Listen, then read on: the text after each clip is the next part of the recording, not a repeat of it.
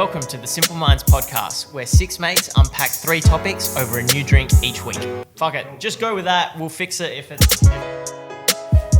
G'day everybody, welcome to the Simple Minds podcast. I'm Conrad Francis and I'm joined today by the lovely presence of Marco, Hello. Travis, Ahoy, ahoy. Michael, Hey guys. and... Drop your fucking sub. What's up? Hey. Justin. We are missing Matt Hannum. Oh, Matty. Hey guys. Missing magic. Jeez, we love these Miss you, man. hours of power that we've put together. Magic Mike. Magic Probably what I need just to go into a weekend after a tough week. It's been a Today, tough week. It's always a tough week, mate. Oh, God, and we're on. We all do. I'm on drinks and therefore I'm hosting. And you Or are? you're hosting and therefore you're on drinks. Ooh. Tomato. Anyway. There's a lot of tension. So I've been going through I've been cataloguing the wines in my office because I just said to buy too much fucking wine, and we're drinking a wine from the Clare Valley called it's a Riesling. Ooh, The wine is called years. Killy Canoon, and we're drinking it because we've got a lot of it. Good reason. So I need to get You only brought one bottle. It is actually quite nice. You're Well, right. I've got to drive, so Yeah, but okay. we've been struggling to get through Thinking about one everyone. bottle. Selfish. Jeez. You've got a game, I've got to drive, and we've been struggling to get through wine. And okay. Well, hurry up, just pour it. Let's drink. All right. Well, the story behind it is I've got a lot of it. We're going to enjoy it, and we'll talk about it later. Nice. Well, good story. Very good Why story. have we got? Oh, there is 5 Oh, man. Well, Marco. I'm just giggling because every time we start an episode, I'm giggling when I'm listening to it. So I'm just like Maybe so. thinking forward to my giggling of the start of this ridiculousness. Ridiculousness. Is that a word? That's a good show I don't know. on MTV. Whoops. I'll have the big one. It's like Hey. you're driving. Yeah. Cheers. Cheers, gents. So look. Guys. Oh. Good luck in games Always tonight. a pleasure. Yes. Thank you. I might play better Okay, so now. we've got 2 guys on content. Ooh. Unfortunately for the listeners out there, it's not me. So Did you say I'll take- fortunately? I'll take a break this week and be more of a passenger. Marco, don't need to make noises already. It's delicious. Well, I don't buy shit, mate. Did you buy this Travis and Justin. So I believe we're going with Trav. No, Justin's. Oh, we're going with Trav. I think you guys just changed that right. You read the memo, obviously. There's a 50-50 chance. Yeah, Okay, well. unlucky. All right, so we're going with Justin. Over to you, buddy. All right. So I That brought was to the short. table some Tim Ferriss content, which is actually one of the first times we've probably really got into some core Ferriss. There's always been reference to Ferriss. Is it? Yeah, I don't think We've never really pulled apart anyone Ferris. No. This is Oh, the wow. first time. This is one of Tim Ferriss's earlier interviews with a fella called BJ Miller. And the title of the podcast is, Tim Ferriss's podcast of it, is The Man Who Studied 1,000 Deaths to Learn How to Live. This was actually suggested by Marco, so I'm kind of stealing Marco's content a little bit here. Episode 153. Yes. If anyone wants to know. Yep. Definitely worth a listen. Definitely worth a listen. Tim Ferriss's early stuff is phenomenal. Some of the later stuffs we haven't been consuming, but I remember in my early days, Tim Ferriss was a staple to kind of consuming content, with Arnold and Robbins and Ryan Holiday, some of his earlier stuff. So if you're not familiar with Tim Ferriss, definitely check him out. And I wanted to bring this one to the table. It's a fascinating interview. This guy, BJ Miller, he is a palliative care physician out of San Fran. And what I didn't realize until about halfway through the podcast is he actually only has one limb as well, fully functioning. So he had an accident when he was younger, and I think he lost his legs and left arm. Phenomenal, obviously human. He helps individuals, and he believes that we should empathize as humans much more around the death process and feels like it could be a much better experience than what it currently is in our society, which was really interesting. I'm not necessarily want to go down and talk about death, which I know a couple of us might like to. What I found really fascinating from his podcast is two things. One is his take on perspective. I really love the little kind of hacks or tricks that he does to help kind of remind himself of, kind of how tiny and insignificant somewhat we actually are as a species relative to the world and the universe and things like that. But the second thing was his kind of love around this concept called purposelessness. And we've actually talked, and I thought this was really cool to bring up because we talk a lot about vision and why, which is all around purpose, and us humans Mike always... doesn't. No. I think about it now. He thinks about it now. He has to. Yeah, exactly. And I was fascinated about this because he talks about his love for art, and he's got this thing called the snowball kind of story, which I might not fully go into, but he's got this this element around kind of experiencing purposelessness, which is experiencing stuff that doesn't have any purpose. What's the point? Like it just is. Just enjoy it. And one of the common ones that he references to, and particularly people who are dying, they can lose their sense of purpose. And he talks about I think it's the cookie effect, where the act of just smelling a cookie, Freshly baked cookie really gets humans going. Like, it's this element of like, it doesn't mean anything, it's pointless. And just the smell of it, because he talks about purposelessness really allowing you to be right in the moment because all you think about is whatever's in front of you. And I was trying to think back to elements of where I've experienced purposelessness, and because he also talks about art having no real purpose, yet as us humans, we still admire it, we still do it. Well, it's purposeful to the artist, I guess. Yeah, but it doesn't serve any real meaning, which is what he goes on to talk about. So my question, which I kind of now want to open up a little bit, is what are some things, or have you ever experienced sense of purposelessness? Have you ever been aware of it? And, those little moments where you just realize how kind of... because I think with purposelessness as well, there's a sense of insignificance too. It gives you perspective because like the fact of just smelling that cookie, like this is the only thing that matters right now in this moment. It actually really balances out. I'm just really keen is I've never thought about it this way, and this podcast changed, ironically, my perspective on it. I just want to open up. Do you experience, do you actively seek it? Is that similar to the theory of what you lose and what you lose time doing?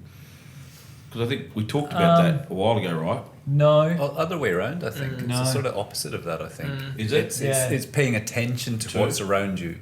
And it might not be the thing you're doing. Yeah. It might be the little thing that you see out the corner of your eye. It might be like, drinking this wine. There's no purpose really to it. I mean, unless you want to get alcoholic. But it might be so just the liquid on your lips. You just go, that's nice. Like that's a purposeless act. And we don't often think about it. We'll just drink it or whatever, and not really get into the moment of touching your lips of the taste. So to give context, I'm going to paraphrase his snowball story, which was the driver of it. So I need to go back. He was long story short. Purposelessness or purposefulness? No. Lack of purpose. Lack of purpose. So purposelessness. Yes. Meaninglessness. Yeah, you've been shortening it slightly when you say it. But that's English is not my just add strong another point. ness on the end of it. It'll be all right. You brought your A game last week, mate. Not enough wine yet. But he BJ was climbed up on a train. Long story short, was electrocuted by the overhead wires. And when you get electrocuted, your body, according to this, again referencing from his story, your body burns from the inside out. He was in the burns unit, went through all this crazy, experience, trauma. And the nurses that he was isolated in this room in kind of severe care. And one of the nurses who he got along with really well decided one day to bring a snowball into his room. I don't know, I can't remember why. Because when you get burns, it's not the burns that kill you, it's the infections after. So he was in complete quarantine. That's right. And they're not allowed sort of anything from the outside world, only one person allowed in the room at a time. They have to be completely sort of suited up and no germs, nothing. So that's why. Yeah, that's right. Yeah, so he was in a bubble. Thanks, Hayto. And so she brought in the snowball, and he's still obviously experiencing this. And he talks about the sensation of how just the coldness on his hands being burnt, and that was just like, he was just fully in the moment. And like there was nothing about it other than watching the ice melt into water, and like there was no reason for that. And it was just like that was one of, I think, his first insights into this kind of, I don't know whether you call it a theory, philosophy, idea that he's really fond about. And he just said those moments really allow you to connect with the present. And I guess it's an element of connecting with the present. And we're missing so much during the day, you know, if you're not in that mindfulness sort of, if you're not in that mindset of being aware of what's around you at all times, what are you missing? What are these little things that are going straight past you? Is it allowing you to appreciate such little things? Because I know, like say when I'm driving, I put the window down, I just put my hand out, and I just feel the wind going over my hand in all different things. And like I'm literally just engrossed by it the entire time I'm driving. And you could probably say that's, you know, a form of that. But I really appreciate just the ability to, I guess, do that and be grateful for, I don't know, for that time out of my own head as well. And that's what it does. It creates a gratitude throughout the day. You know, if you do have that sort of perspective during the day of just seeing these little things and sort of connecting some emotion to it. But that's what it's got. That's what it is, right? It's well, through a psychology part here. Simply put, any behaviour that's pleasure directed rather than goal directed warrants being understood as purposeless. Purposeless. Well, because he does talk about reconnecting with, I think, your senses and just being human and really embodying, you know, being a. It says that the joy of having a body, like the joy of being able to have a body that has senses. Yeah. And what I liked about BJ as well, because he referenced a lot to us as a species, and I think we forget that we're actually we're animals. You know, we are a species. Well, apart from Conrad. Apart from Conrad, who's a god. He's in the minority apparently. 1%er. I wonder. But I love driving with the window down. For whatever reason, I have to have the window down. I just love the breeze against my face, which is similar to that. Is it allowing yourself not to be robotic and actually just almost not be present? I don't know, that's what I enjoy about it. So what was saying, gazing at a fish leisurely swing back and forth in a tank. Yeah. I think it's being ultra present. I think it's really being present rather than the opposite. I don't know. Yeah. I think you're right. It is present, but like they're saying, without a goal. Yes. Yeah. I do it on the walk with. It's kind of funny though, right? Because is enjoyment not a goal? Yeah, that's where I'm struggling. Because everything. Because then it does tick the box that we were talking about with relation to what you were doing, right? Whether you lose time creating video, isn't that purposelessness that you're doing without necessarily having an end goal, if that's what you love doing, like a hobby? I don't think it's a thing that you can stay in all the time.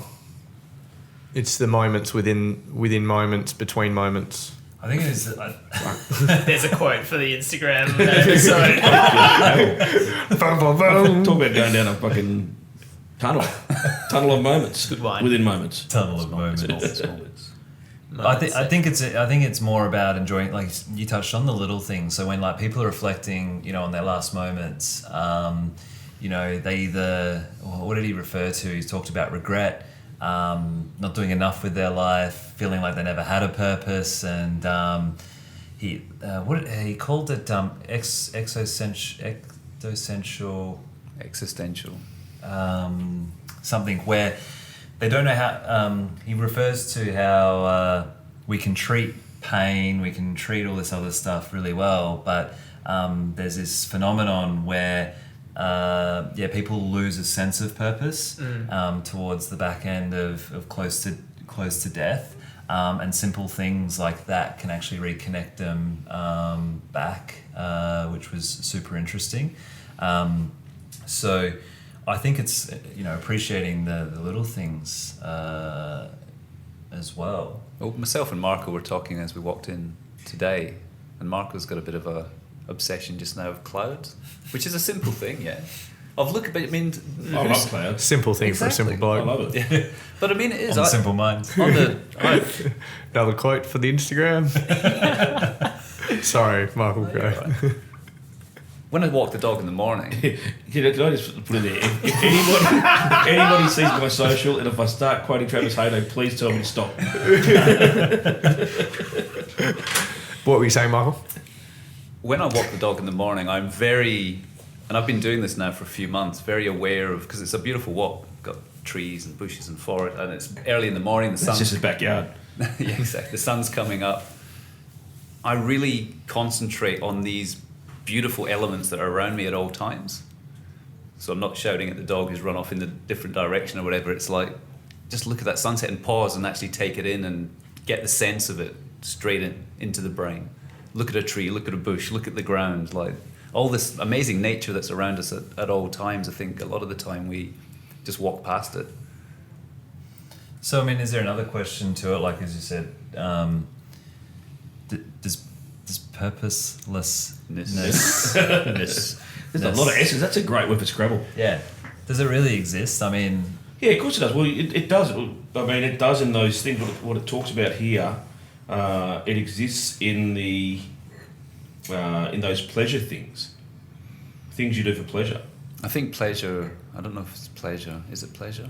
Because they look at it, the opposite to that, they talk as hedonism, which is an obsessive nature. But hedonism, isn't that's about the pure pursuit of all, just pleasure constantly, constant Yeah, pleasure. but that becomes the goal, right? As opposed to just being... Yeah. I see what you mean. I think... Well, I learned something new today. Yeah, I think one of the other things one of the things that got... That word is going to trip me up forever. that I got out of the podcast was talking about wanting well of others. When you talked about, just in life, in the car, wherever you are, it's very easy. We talked about negativity before in a couple of podcasts ago, and our minds are kind of wired to think negatively of you see somebody, a negative thought may come up in your head, but he said, and that's one of the practices he does daily, is just wish somebody well, like whoever it is you're interacting with, and that just breeds gratitude inside you, which just... Well, can I take that a step back? And I think it's something that we've talked about quite a bit. The part before that, which I did get to, was the part about empathy, which you're talking about, which allows you to get to that point.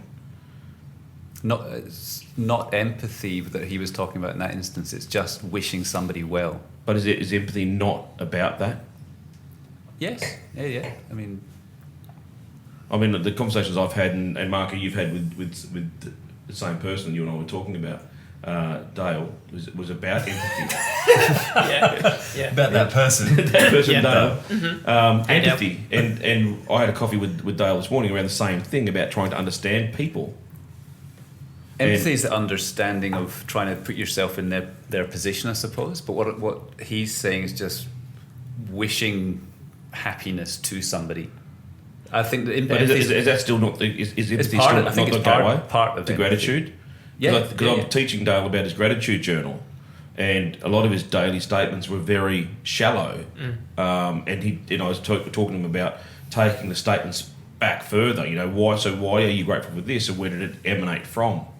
To go to the root cause of where the gratitude comes from, and using empathy to allow him to get to a more grateful state for just that experience. Yeah. So empathy to me is an understanding of the situation from an external perspective inwards as opposed to inwards definitely. outwards. But I think what I was talking was just the pure simplicity of wishing somebody well, looking at somebody walking past on the street and saying, I hope that person has a happy day, that instantly creates gratitude and a happiness in you.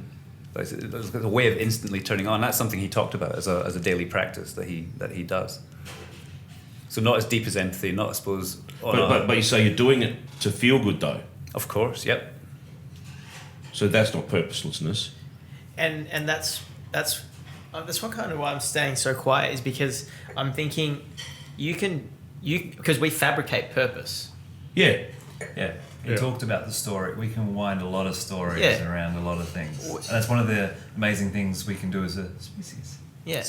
And so in this conversation, when we choose to say that there's no purpose in it, it's because we're taking that perspective on it. Whereas everything can have a purpose. Yeah. I mean, even if you look at things that bring you pleasure, or, observing a cloud, or, watching a fish, putting your hand out in the car, that you could argue that the purpose there is to just take time to re-energize, feel grateful, blah blah blah. So I wish I could link it back, because I've listened to this podcast heaps, but the really interesting thing is, I think I've listened to it, it's like an hour and a half, 2 hours. I think I've listened to it 7-8 times. Wow. I can't remember the purposelessness. Really? bit. Yeah, it's crazy, right? It's really bizarre, because I take some really big things from it. Yeah. And I can't remember this bit about it. I definitely remember the snowflake thing, and I can deeply visualize the appreciation and the feeling, but I can't remember this purposelessness thing. It's interesting, because that was one of the core messages I got out of what he was trying to communicate, was to kind of let your hair down a little bit as well. Like, that was the back end of it, and maybe I'm over emphasizing it as well. I pulled it out because I thought it was so unique. Yeah. I've never heard of it really before, because we talk about everything else, the gratitude, and he touches on all these amazing things, and he's got some great stories, which is a lot of what we've talked about. But this is a really different angle, which stood out for me, because I can take things too seriously. And he talked a lot about, you correct me if I'm wrong, Marco, about how actually he believes ambition is evil. And towards the back end, he was talking about he's becoming more ambitious, which he's a little bit scared about, because he's referenced it as evil, where he feels a lot of those elements allow you to just kind of play and let your hair down and not take life so seriously. And that, we're a little speck on a moving rock in the middle of the universe. And I think that's how he was referencing purposelessness too, was to help. And maybe that's really all it is to enable you to have perspective Exactly. shifts. There you go. There's the word. I was like, it's perspective, and he's got that story around. And he uses that, and maybe I haven't communicated that. I took that he uses a lot as a tool to shift perspective, because we always create stories around there could be a reason or a why or whatever. Sometimes it's just okay to do shit for no fucking reason. It doesn't need to be an agenda. Like music is music. Listen to it because you He love talks about music, art, film, a lot of those things, and even though you might create. So a this film is largely to evoke purposelessness. Emotion. Sorry, There's not a lot of purpose in this. not really. This conversation. Or there is, if you choose to see it as personal development or sharing and blah blah blah. So it's just the story you tell yourself. Yeah, okay. For sure. But I think. It's super super fascinating how because I only listened to it the once brokenly. It's long, but it's so worth it's it. very long. He's such an amazing. He's such a beautiful soul, that guy as And well. his voice is just amazing to listen to. I tend to lose my shit over good sounding voices. Hey, I'm just realizing I mentioned it a lot on the podcast as well. But I think one of the key takeaways from his podcast though. I guess my purpose for that was to kind of. You should have just enjoyed it. Exactly. Just enjoy the podcast for what it was. But I love his take on perspective, and that's what it was. I want to share my favourite. Enjoy the little things. And I know this is one of your favourite, Marco, so go for it. Well, my favourite little. And we'll wrap out and move on to. Wrap out. Drop a beat, Hayto. I'm the whitest guy here. Let's see if Hayto's True story, concept man. will land. He shares a story on perspective, which I often think back to, often being like maybe once every couple of weeks or whatever, where he talks about if you're ever feeling overwhelmed or, you need a dose of perspective and it happens to be the evening, you can look up and when you see the stars, you can think about the fact that the light, in the time it's taken that light to hit your eyes, it's hitting your eyes right now, that star doesn't actually exist anymore. So it's so far away that at the speed of light, that thing does not exist anymore, yet you perceive it to exist. That is how massive the scale of what you're just experiencing is.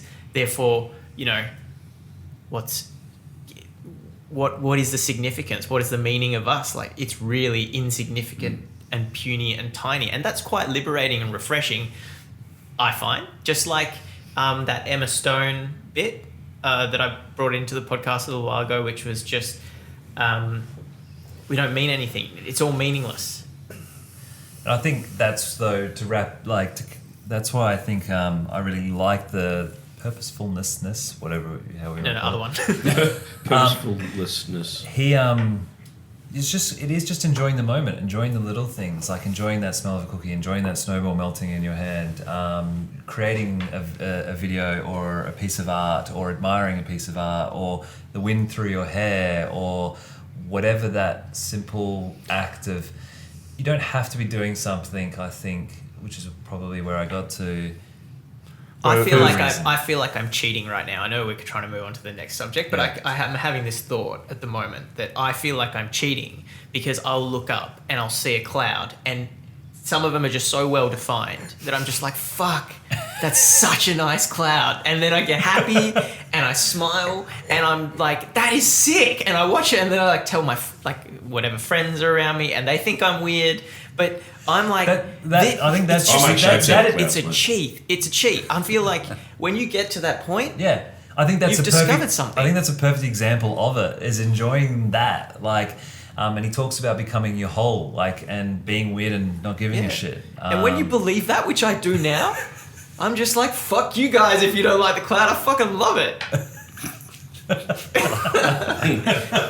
So, on Love clouds me and, some cloud. clouds and stars. Okay, shut up. Look, it's a great podcast. Definitely listen to it. It gives you a great perspective on death and how to live, really. And I think we should all acknowledge and face the fact of that we're all going to die anyway, and use that as a tool to live better. And listen it out. 153, BJ Miller, Tim Ferriss. The It's link great. will be in the blog. Yes, it'll be in the notes. Over to you, Hayto. I'm quite happy for another wine. No. There's some more in the bottle, mate. You've got a game to play. I do. So when you put your article in our group, it was funny because the way I reacted, because I wanted to talk about sort of grief and pain and death and that sort of stuff. I didn't go there. No, which you didn't go that way, which sort of put me off. Not put me off, but gave me a curveball. So I thought we would be able That was the purpose. The head fake. to roll into it. But no, I've had an interesting week this week. So on my journey, when I was 18, I lost my cousin. He had a drug problem and had died at the age of 28. So the age I am currently, and it was his anniversary on Thursday night. So yesterday, and it was interesting because I did a little bit of reflection on it, and sort of my entire family caught up last night and got together and had a bit of a celebration and catch up, and which was really nice. But when I was looking back at that time, it made me think about how I processed my grief within that situation. And when I was 18, and I didn't process it at all. I basically just pushed it down deep inside and didn't touch it for a very long time. And it came out eventually later on when another good friend of mine actually passed away 3 years later. And I think I grieved for both of them at the same time. And I went through a massive change in mindset and personal growth in a very, very steep curve. Thank you, Conrad. And so I basically just wanted to talk about grief. I've got a whole heap of notes here about what grief is, the symptoms of grief, the stages of grief. But to put it in short, what I want to ask is, what is something you should do / tell yourself? I don't like the word tell yourself. When you're found in a situation of grieving or pain. And let me reiterate that grief isn't just about death. It's losing your job, breaking up with your girlfriend, probably not stubbing your toe, but significant things that happen within your life. I think everyone goes through grief at a certain time. There's a really good quote about stress that Tony Robbins actually says, but I think it's very applicable to grief as well. And it's it's only, I'm going to butcher it, but it is a paraphrase, something along the lines of it's your what's the word? Stress is only your MD, help me out here. Evaluation. There you go. Same with grief. It's your evaluation of what you're going through. But to give you a little bit of backstory, there's if I could speak to myself 10 years ago, I'd probably say to myself, there's two things.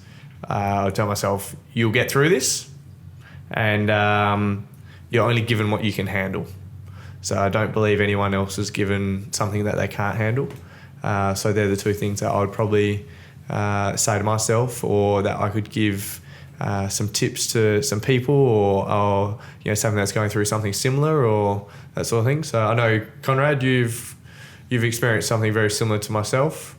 Do you have any points to add? I'm probably similar to you, mate. I mean, I lost my grandparents fairly early as well, so I probably went through the grief or the trying to understand grieving phase. Actually, it's probably around your age, around 18. I had a friend that passed away at school, and I think for what it was worth, I think I didn't grieve any of that stuff.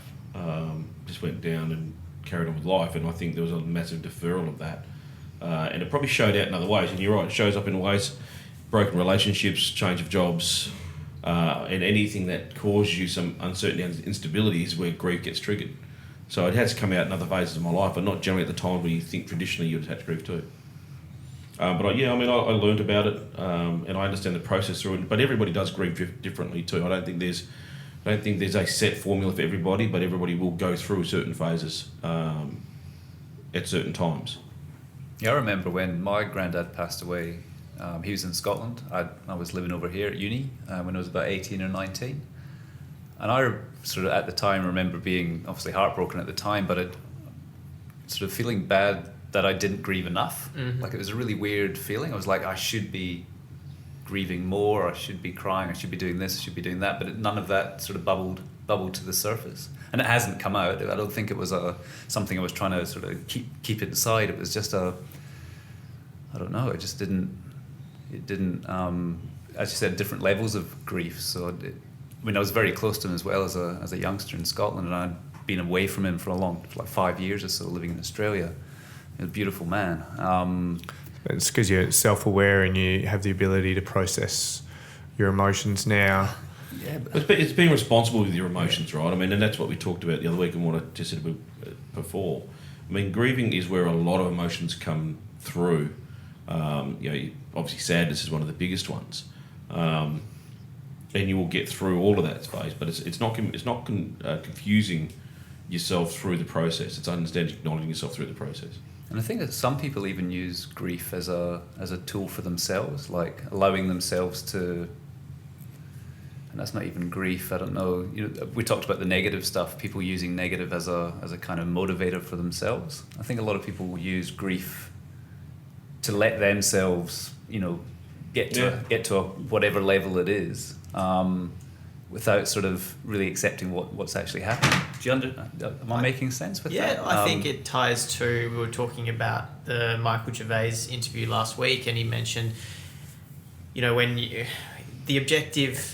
narrative generally is that, everyone seeks happiness, but actually when your grandma dies, do you want to feel happy? Yeah. It's not always to be happy. It's to experience the full range of human emotion and not get lost within that. And listening to the self thinking about grieving and going, well, yeah, you want to accept it and you want to go with it. And then where you're going, I think, and I actually face the same thing, not because I'm experiencing it, but because it pops into my head a lot about how bad would I feel, or to what degree would I grieve? And then I find myself judging myself or being scared of potentially not grieving, quote unquote, enough because the perceived level of grief is meant to be X, Y, or Z, right? Yeah. And, we talk, it sounds weird to say, but we talk a lot about death and how we use that to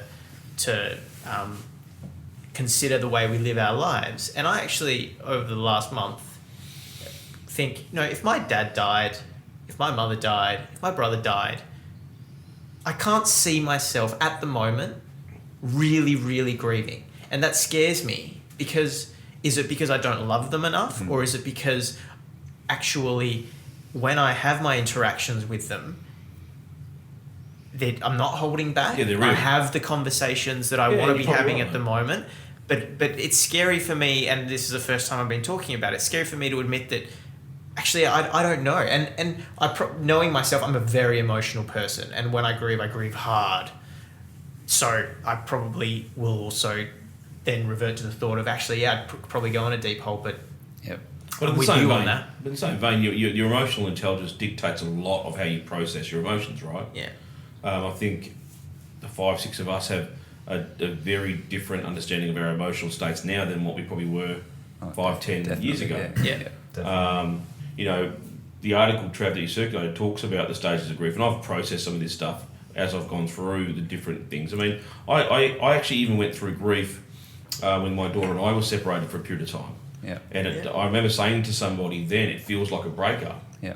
And you go through the 5 stages that Kubler-Ross talks about: denial, this can't be happening to me. Then you go through anger. Why is this happening to me, and who is to blame? Bargaining. Why is this not happen, and in return I will. I make this not happen, and in return I will. That's very standard. I'm not sure about you guys or Travis. But I don't know. You can't have steps for grief, can well, you? You do go through them, mate. I mean, upon reflection, reflection, I acknowledge. But I don't think you can have it as a, this is what's going to happen currently when experiencing you grieve. grief. Okay, 3 p.m. I'm going to go from anger to bargaining. There's no time frame. No, there is no time frame. But these are real stages. You might spend a flutter of a time frame in any one of these. Okay. Yeah, but you will also hang out in some of them longer. Yep. But the challenge is to acknowledge, the denial, the anger, the bargaining, the depression, and then the acceptance. And it's strangely enough, it's the acceptance part that goes you through and takes you through to the other side. Yep. Yeah, So if you can get through accepting the death, whilst not necessarily denying everything else.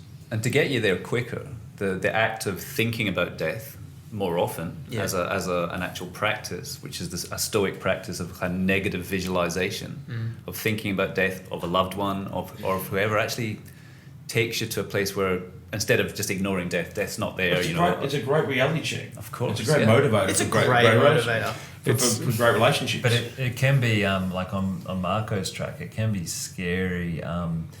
So we talked about. I don't know whether it was one of our early podcasts, episode 1 or 2, and we were talking about empathizing with death and grieving. Obviously, we're talking about grieving here, but I'd never actually gone through a death in my family until 6 months ago when my Oma passed, from cancer, and I remember getting the phone call, and in the sense of. There were tears and, I was starting to feel it. But then there was even laughter, or not laughter, but laughter's probably not the right word, but senses of joy. There was joy of, because I knew the life that my Uma lived and what she did, and I knew where her head was at. She was so grateful, humble, and all of those type of things. So, I was going from a couple tears, but I never I never went into full blown like crying or anything, and there was a part of me which there was a part of me that and I wrote guilty, and I wrote her eulogy as well, and I went up and spoke at her You funeral. didn't shed a tear at all, not even right. No. But you don't have to. I shed a You tear. don't have to, so I don't feel like you. No, No. I shed Yeah. tears, but I wasn't like full blown crying or Yeah. whatever. And like, they would definitely overwhelm me. But there was an element of like compared to, and maybe again, it's this judgment sense of like, should I feel more? Of like, should I feel more sad or what's going like, and there is an element of like obviously a lot of stuff that we talk through. I guess. Meditation, acknowledging it, still like all the stuff we talk about, I think prepared me very well for when that occurred. I think if it occurred 5 years ago, not even 2 years ago, 3 years ago, it would have been a completely different story. Yeah. And just the fact of turning it into a celebration, just flipping it on its head that's what, a lot of cultures look at death as a celebration, and it's, that straight away. I definitely approached it that way. Obviously, at the funeral itself was when it hit me the hardest, but either side, like I came back in and I worked the afternoon. Yep. Is that right, wrong? I don't know. I was quiet, but and until I experienced his first death, I actually really struggled to empathize with full blown grief, I guess, because I personally never experienced, which is another conversation around can you empathize something you've never experienced personally, which I struggled with for a while there.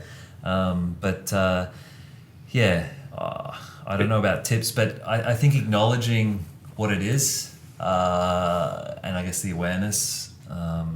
It's funny though, because you had time to grieve prior to your grandma passing away because she had cancer, so you obviously knew. I'm in another unique situation. Someone very close to me in my family, she was diagnosed with a terminal illness about 6 months ago, and she was kind of given 6 to 12 to 18 months, maybe 2 years max. Yeah. So you have the ability to start grieving, and it's really interesting. It's something this is the first time I've experienced it. Yeah. And it's harder because obviously it comes in waves and very differently, and it's stretched out over a long period of time. But your ability to I got through the first 3 when Dad was around. Yeah. The beautiful thing about it is that when they do pass, it is a celebration, rather than anything else, because you haven't done your grieving, but if you're not at peace with them leaving by the time, if you've had 2 years or 6 months or 12 months, you haven't processed your emotions well enough throughout that stage. But that's okay too, Trav. Yeah, absolutely. Because emotional intelligence is something I think we do as a species take for granted. And it is something that I know I've taken for granted a large part of my life up until recent times. The value of having to understand yourself at that emotional level. Yeah. We're the only species that even know we're going to die. That's why humans are so fucked up to a degree, because no other species know that impending loom of death is upon us. Humans do. Hence makes life very interesting. It's something that's going to happen to all of us, so it's definitely something you should talk about. And I think, for me bringing it up, I wanted to break down the stigma of, especially men, grieving. I think it's something that's very natural, very normal. You're allowed to do. You're allowed to cry. You're allowed to grieve however you want. Don't just suppress it, push it down. Allow yourself to process the emotions, and it's going to be okay. You are going to be okay at the end of it, and you're only given what you can handle. That's mine. Is there an element of, is grieving only negative? What my question that just popped into my head was, can someone grieve by being happy about it? In terms of, I think that's the acceptance piece, mate. So once you accept the issue that you're grieving about, that's the path towards what other ever emotion you want to celebrate from that. Okay. So I think you still have to go through grief to get to the happiness part. In the acceptance of someone's life, let's say we're talking about at that stage in relation to death, because the things that they talk about as things you can grieve over, something like loss of health, or selling the family home, retirement you can grieve. So they're all emotional states. Loss of something, right? Change of certain things in your life. And so once you accept that you're retired, then you can start enjoying retirement. Okay. So it's really any significant change of circumstance. Yeah. Yeah. And we attach it to death and loss. That disrupts your kind of flow. Yeah. Can I again referencing the interview that was on last week's podcast, which, like you guys know, impacted me quite significantly, talking about your job with loved ones, and you're talking about the advice you give to yourself. If you truly love someone, the worst thing you can do for them is to make them think it's all going to be okay. Sure. And I feel like there's two components of the advice you're giving yourself, and the component that sits better with what I've just said is the one that you say you're not given anything that you can't handle. Because when you do grieve about something, honestly, where I'm at the moment, anytime someone close to me is having issues and they're seeking my help, of course I'm going to try and be tactful, but now, having heard that, I'm going to... Spend the emotion.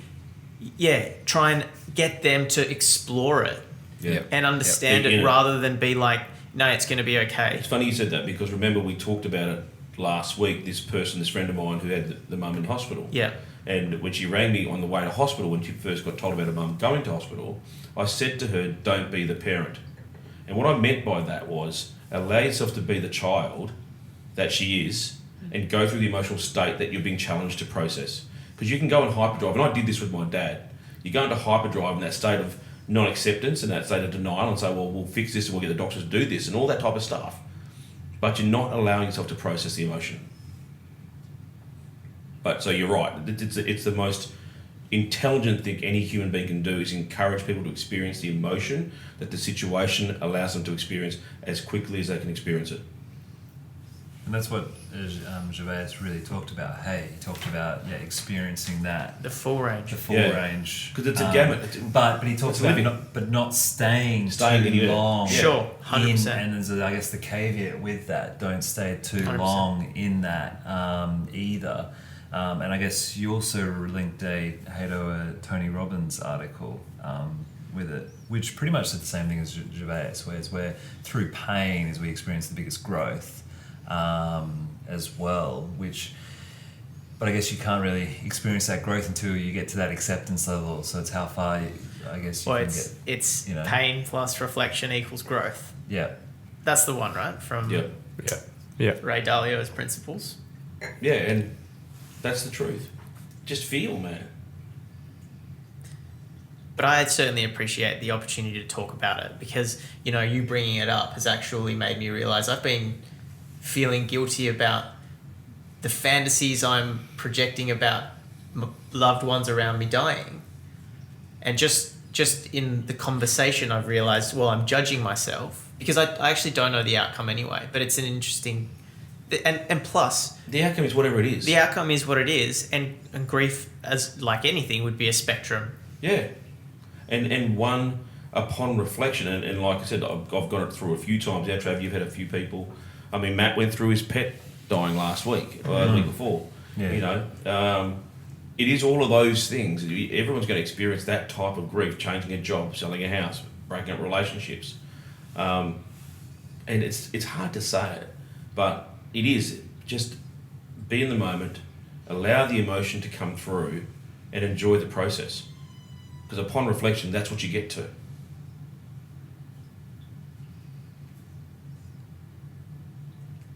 Anything to add, gentlemen?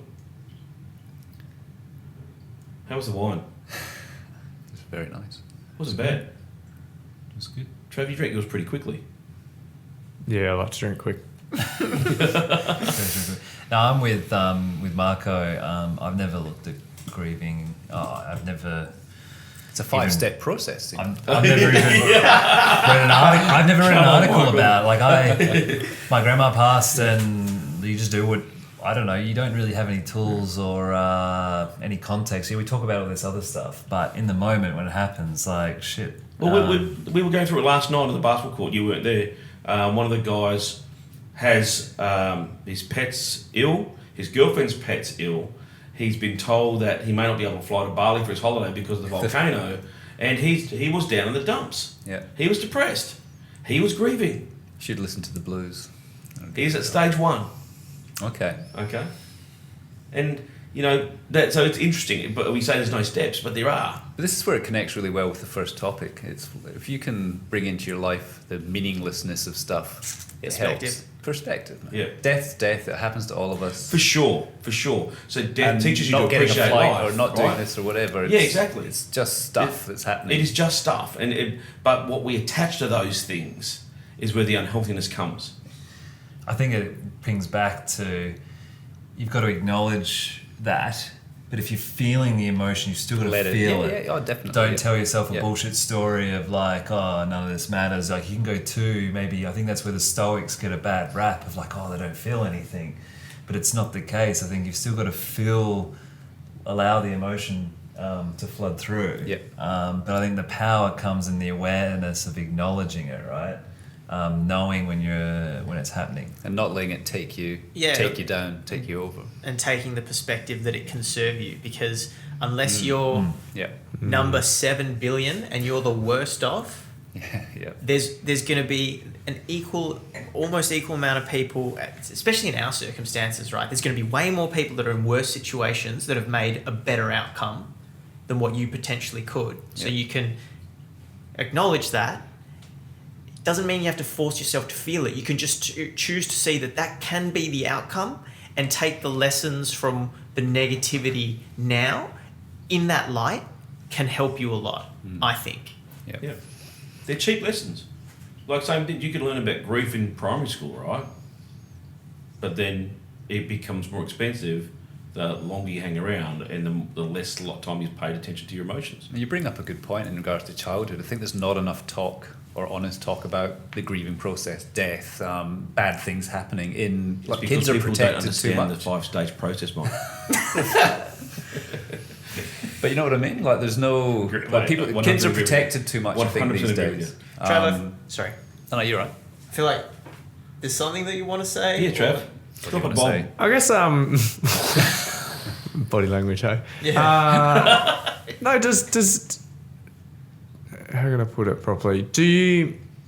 Does it concern you or worry you? I guess it's coming back to your point, Marco. Does it concern you or worry that you're not grieving enough or you process it too quickly? Because that's something that You've brought that up before. done a lot, yeah, and I, not that I process it really quickly or I don't know, just Dating yourself up over it. yeah, and that's it. Like I still do to a certain extent. You're emotionally responsible. Yeah. And you're processing it the way your mind and body allows you to process it at the moment. Yeah. If you want to come back, like you talked about, come back and go back and re-examine your feelings, which is extremely responsible to process and see, well, shit, did I do anything wrong there?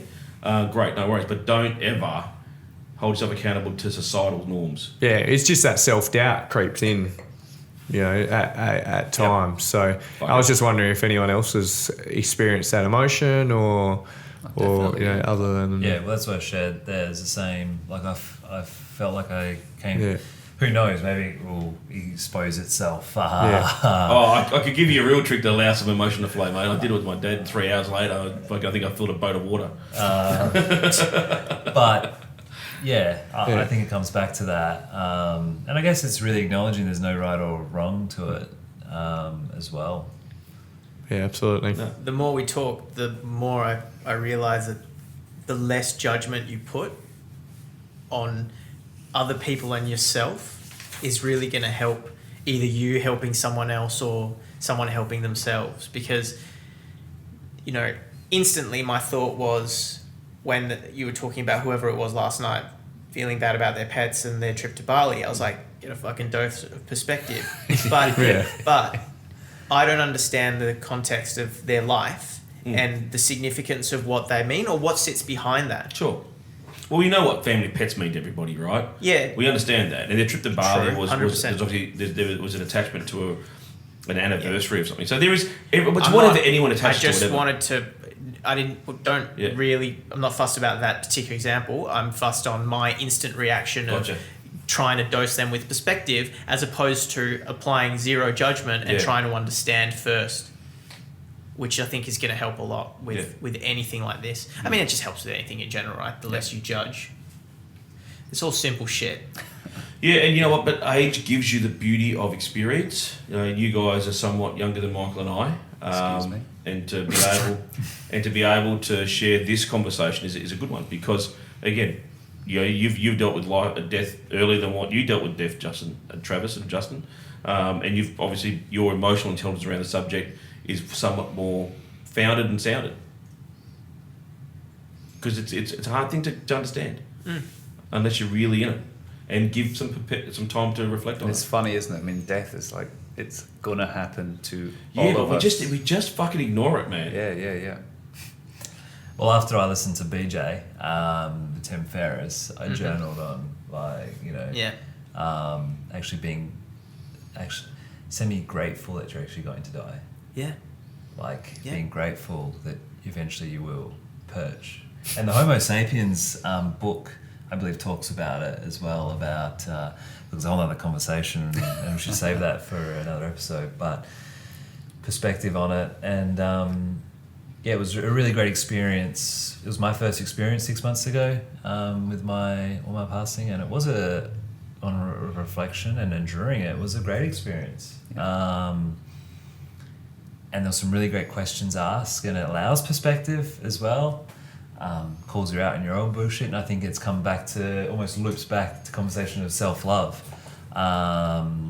If you can cultivate a bit of that through that process, it's probably very powerful as well. I think there's definitely a whole podcast episode just talking about what is death, like what is it, like that's. Well, I'll visit. Because that. Well, I think that's another day. That one. That's what I mean. Yeah. But I love the fact that it's brought up, because I don't think, particularly, I don't know, men don't like to talk about this stuff. No. And Hayto, you obviously brought a couple good ones.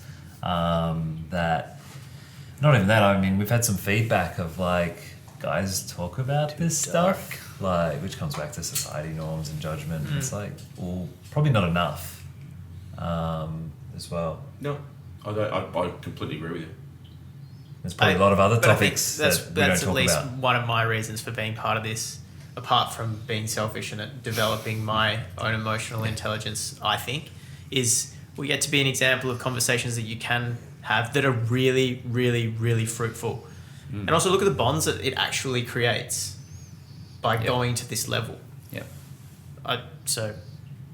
Well, it's funny you say that, because one of the things through grief they say is to connect yourself with someone. Yeah, connectedness. Yeah, for that reason. Because it stems that happiness and that sort of, all that sort of good feelings. So yeah, that's nice. Thanks for sharing that one. Pleasure. Good tie between the two. Okay, gentlemen. Well, if that is it seems to be a wrap. Rapness. Chicken salad. Did we start with rap? No, start with DJ. Well, we were That's going to DJ. wrap out at one point. Yeah, but there was a mid-wrap. out. We're ending with a rap. That was a mid-wrap. Wow. Good vino. Lovely. I'm a massive Reason fan, so. What happened to our blind tasting this week? Oh yeah. Yeah, true. Fine tasting of Shit. what? Oh, the And Japanese Japanese whiskey. whiskey. Japanese whiskey. We really let the... Just flying by the seat of the Well, pants. let's Holy keep some shit. notes next time then, shall we? Okay. All right, guys. Cheers. Shop Great on. episode. See you guys. Bye. See ya.